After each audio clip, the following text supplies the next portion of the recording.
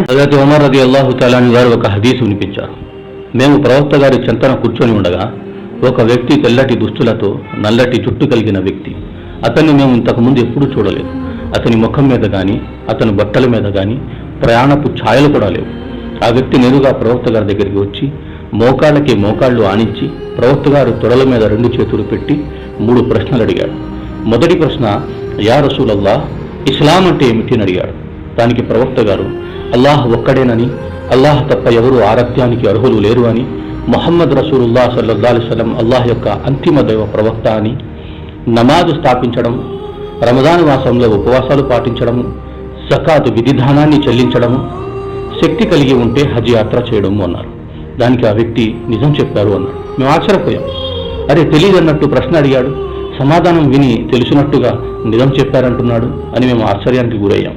రెండో ప్రశ్న అడిగాడు, యా రసూలల్లాహ్, ఈమాన్ అంటే ఏమిటి, విశ్వాసం అంటే ఏమిటి? దానికి అల్లాహ్ ప్రవక్త గారు అల్లాహ్ మీద, అంతిమ దినం మీద, దైవదూతల మీద, దైవ గ్రంథాల మీద, మంచి చెడు మీద, విధిరాత మీద, మరణించి లేపబడడం మీద, స్వర్గ నరకాల మీద విశ్వాసం కలిగి ఉండడము అన్నారు. దానికి కూడా ఆ వ్యక్తి మీరు నిజం పలికారు అన్నాడు.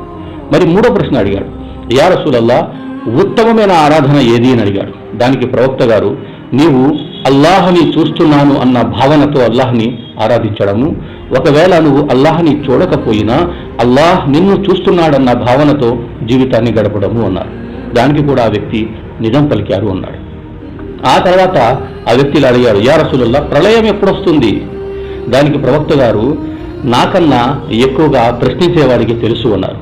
దానికి ఆ వ్యక్తి సంకేతాలు అంటే సూచనలు ఏమైనా తెలియజేయగలరా? దానికి ప్రవక్త గారు బానిసరాలైన స్త్రీ యజమానిని ప్రసవిస్తుంది, చెప్పులు సరిగా లేని, బట్టలు సరిగా లేని గొర్రెలు మేపుకునేవాళ్ళు కూడా ఎత్తైన భవంతులు నిర్మించడానికి ఒకళ్ళు మీద ఒకళ్ళు పోటీ పడతారు అన్నారు.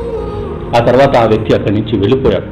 ఆ తర్వాత ప్రవక్త గారు, ఉమర్, ఇతను ఎవరో నీకు తెలుసా అని అడిగారు. యా రసూలుల్లాహ్, అల్లాహ్కి మీకు తప్ప మాకు తెలియదు అన్నా.